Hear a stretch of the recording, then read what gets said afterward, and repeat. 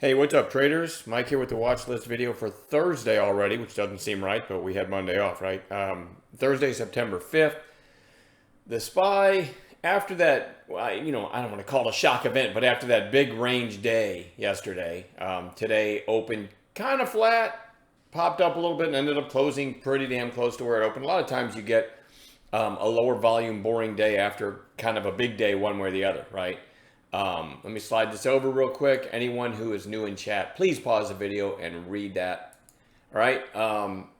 There were some really nice posts today. I feel like several people now watching for those strong stocks hitting 15s buy zones, or our yellow line play, if you will. US Steel X gave kind of a shape change play. I had a nice trade in that one too. So I mean, definitely great teamwork.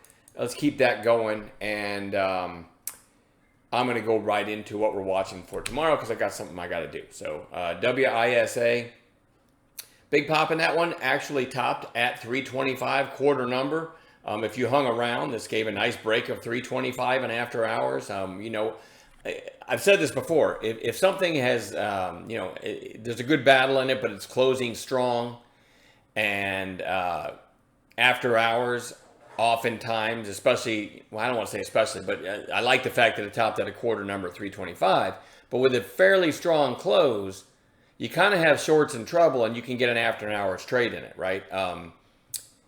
What I was trying to point out in after hours is that I'm not in love with that. Okay, like I like this over 325 in after hours, but not if that happens in the first 5 or 10 minutes of the after hours section. You kind of want it to just sideways for a while. And it did. It went sideways for a good half hour. So then broke 325 and ran all the way to 372. But that's not what I'm talking about now. The whole point of this is I definitely want to watch this tomorrow because you had a huge volume day and a pretty strong close. But it did give one of my favorite after hour setups that we talk about a lot, right? GTLB, nice breakout today. I had one decent trade in this one today. I believe it was a yellow line play, if you will. Anyway, it goes back on watch tomorrow. Certainly could have a follow-through day. ATRA, also nice volume for that stock. Still not a big volume stock, so keep that in mind. But I'm going to put it on watch. Another sleeper pick would be JBDI, which has only been trading for 6 sessions. But topped out at 1650. Speaking of quarter numbers and half numbers and all that stuff, right? And it's kind of flagging since then. But it's super thin, so keep that in mind. Maybe get some volume coming in, and then we can get an A+ setup in it. ASTS was already on watch because it was holding the 20-day coming into today. It ended up going on the gap playlist and had a pretty nice pop, but closing well off its highs. Certainly going to go on watch tomorrow. I think there's a decent-sized short position in that one. BOF is just a recent high flyer. There's no great chart setup here.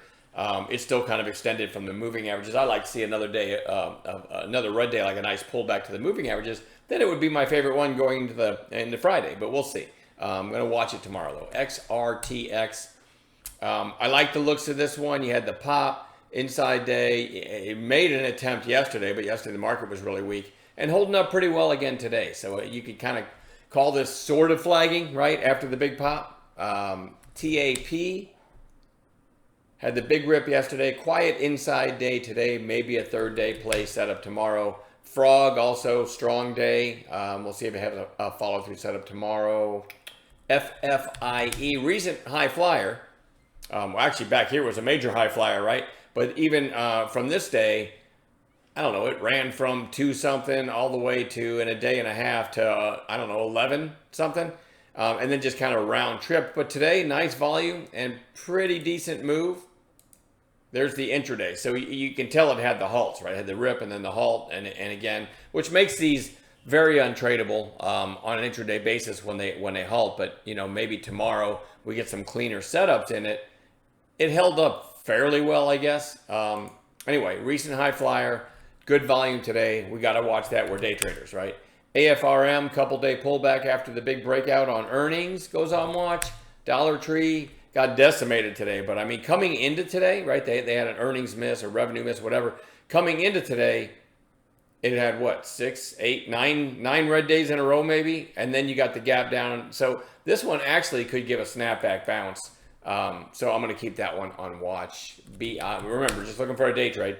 BIRK, we had it on bounce watch coming into today. Well, we got another red day, so it goes right back on bounce watch. No trades in it today. Coin, kind of the same thing.